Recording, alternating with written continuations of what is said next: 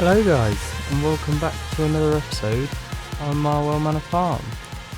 You're joined by me, LGS Simulations, and today, I'm just bringing the grain trailer into the shed under cover, hopefully keeping it nice and dry, and we're just picking up these Cumberland butterfly mowers because our grassland's ready to mow. I was hoping to get harvesting first, but we can't do that, so we're going to get on with this first because we need some hay for our cattle. So that is going to be our first port of call today, which is going to be nice. Hopefully you've noticed a little bit of a better sound quality coming from my microphone. That is because I have bought a new microphone. I've gone for just the Ryzen Mini. Oh no, the Razer HyperX. No, can't remember what it's called. Razer Siren, that's it. I've been looking at so many, that's why I forgot the names. So yeah. Hopefully I'm sounding a little bit clearer and better. Well, we're just going to go around here. We're not going to bother putting it into rows because we are going to ted it. Because last time we put it into rows and it never dried, so I just think it's going to take a little while to dry properly. Just got to figure out how to do that. Left control. Why? There we go.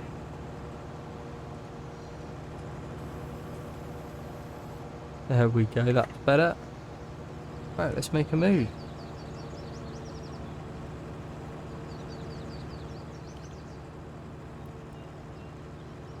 It's nice to be back on the map. I'd have thought that bale would have biodegraded. See, the only one I left out there, which was grass, hasn't rotted away yet. Oh, and of course this one is soybean, I think. Let me just jump out and sort that out. We're just gonna have to get that sold at some point. Just drop it over the other side of the fence for now, and we can crack on.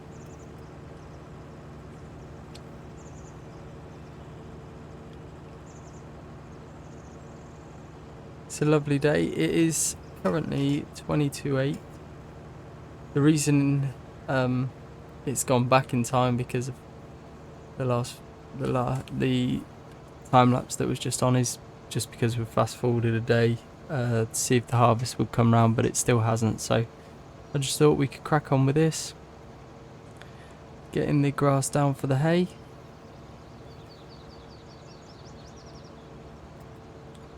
And it is a nice day. Very nice day. I'm not too bothered about getting right into the corners on this field.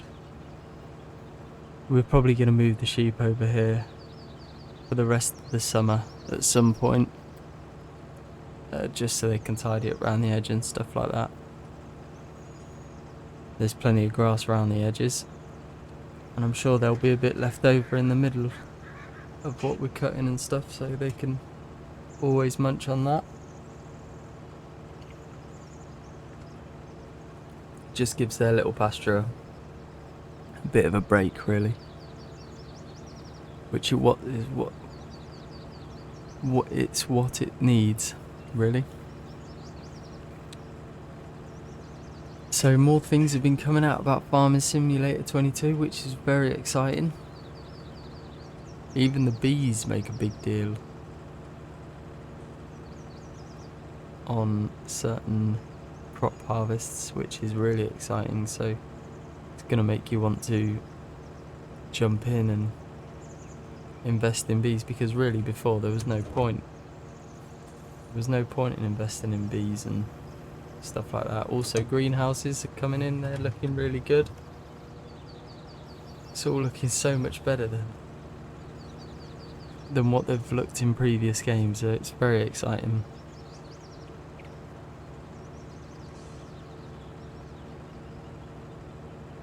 The ground improvements is a big one for me. I'm really excited about that. That looks good. The new bale textures, they look really good as well. And the different sizes you can use also, that's going to be a good addition. So if you've got like a baler which isn't quite full with a full bale, you could possibly just do half a round bale or something like that, which would be quite nice, a smaller round bale. But yeah, all these little improvements and stuff are going to make a massive difference into the next game. Massive difference.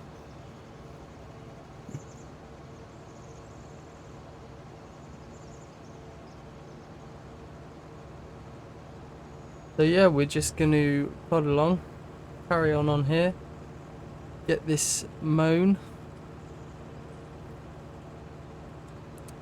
I might finish this headland off, then maybe set a worker up, and I'm going to have to buy a tedder. Get a tedder and we can chase the mower around and ted the grass out as well. So, well, we're nearly finished the headland now, we'll do that and then we will pick a tedder. With all this money we could get a massive tedder. Nah, we shouldn't need a big one really. I was,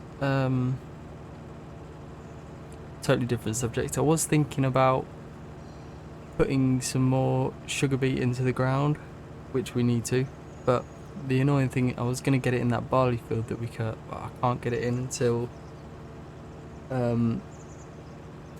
next spring, so I'm going to have to wait a little while to get that in. It's no big deal, but it would have been nice if we could get it in early. Right, if I just press hire worker, he can do his own thing.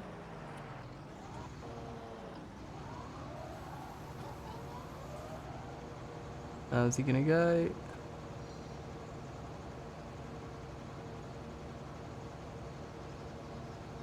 Beautiful. Don't know why he's only going 3 miles an hour, but we'll let him figure that one out anyway. Right, let's buy a new tedder first. We will need a windrower as well, which is annoying. How big's that? 11.2, 13 meters, 8.7. I think we'll just go for that one. That looks pretty good.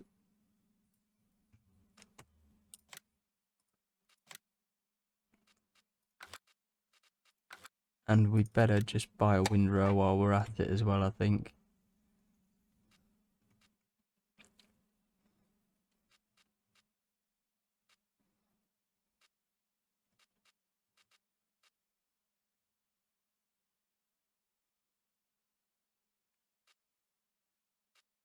We'll just go for the little 9.3 meter. That looks good enough for us. Perfect. Right, I'll go pick the tedder up and meet you back here and crack on. Here we go, we got the Cumberland tedder on. Looks a massive piece to get on the little Ford, but Ford's got plenty of horsepower for it. This only needs 80, so Ford's got 100, which is good. So we can just crack on and get on with this. We'll probably actually catch up the mower quite quickly, I'd have thought. Looking at the size of this tedder.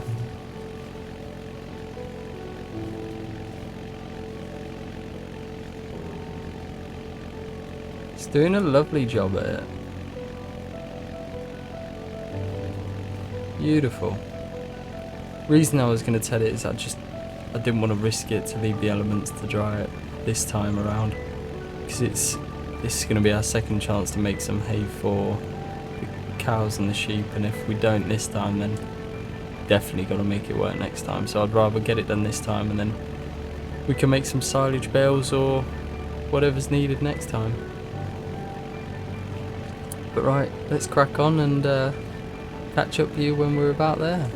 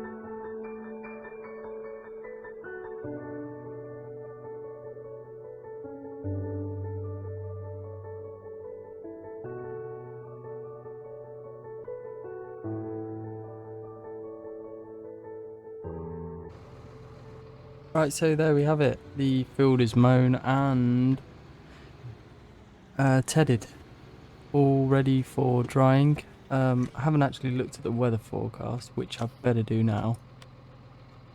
Hopefully, our drying potential is pretty good, so we should be alright now, but especially now I've tedded it. Just going to nip this over here, give it a quick clean. Don't like dirty kit when I put it away.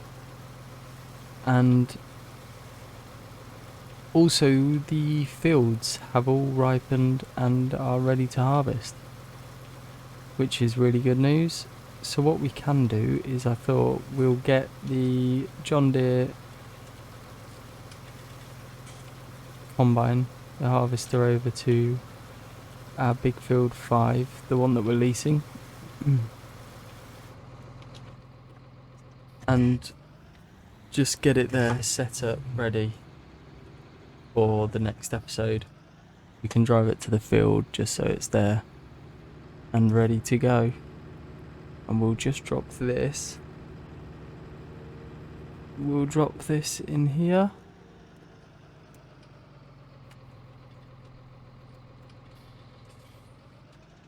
We can just park it up against this back wall like that. Perfect. Let's just see if this does. No, it doesn't work. Right, what I'm going to do is I'm going to just chuck the JCB onto the grain trailer. That can do the carting this time. And then the class can always jump on the baler if we need it to. I don't think we're going to bale this big field. Let me just show you what field it is. Yeah, field 5. I thought it was field 5. Just next to the pigs. We've got a little entrance at the pig yard, and we can just park up the combine there somewhere, which will be nice. Let's turn that off for a second.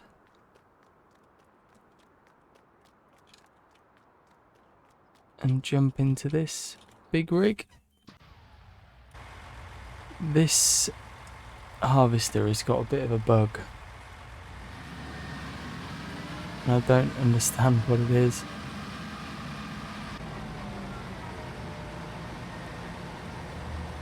There we go. It just always unfolds when I turn the game off, which is strange. And if I select the header on the tools that I select in the top right corner, it will still unfold even though I'm attached to it. And it's not attached to the front. It's just a bit strange. Lovely carpeted grass over there, all nicely tedded out. This field is ready here to our left. At first, our big field's not quite ready. I think that's just because we drilled that in the spring, so I didn't really expect it to be ready. But I'm gonna look into possibly trading this in. So how many hours have we done on it now? Well, 3.2 hours. And I do like the X9. So I would love to give that a go, really. Shall we just go for it now?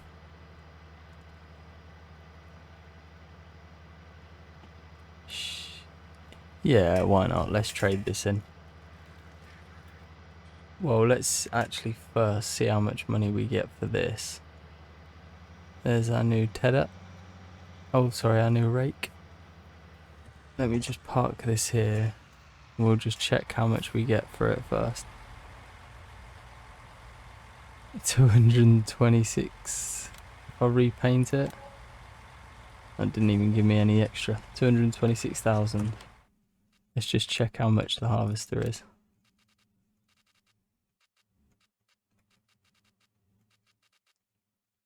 Oh no, I've not even got it on here. Well, that's a shame. I know it's a lot anyway. I would even like to buy the Lexion. Would like to give that a go. But we've got this for now, so we can just keep this going.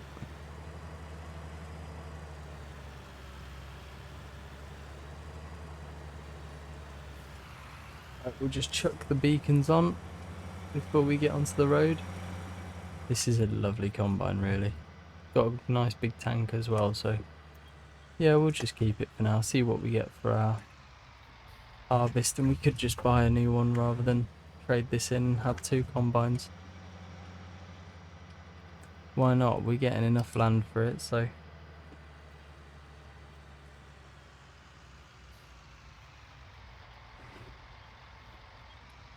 Oh, we've just got that gate post there.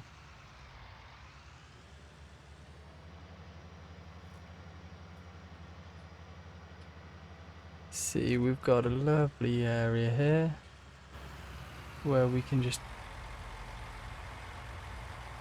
get the headers on that side.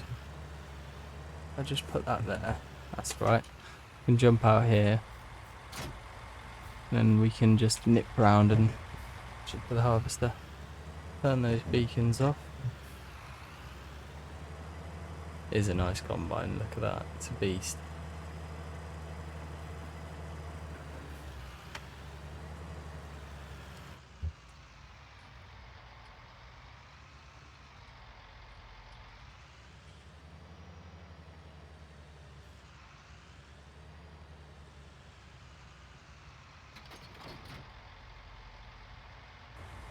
There we go. We just pop in here and attach this. Just like that. Move the reel.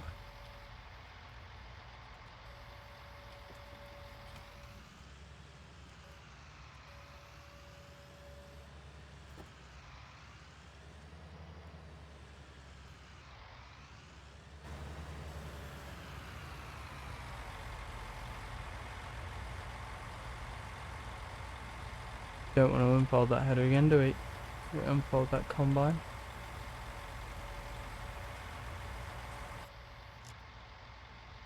And then what I'll do is just drop the header here. drop it. Actually, we'll keep the combine folded up as well, just for now, because then it's parked there and it's ready to go. We don't really. We can leave the JCB here for now too. That looks a beautiful little setup on there, really, doesn't it? Goes well with the old Richard Weston trailer.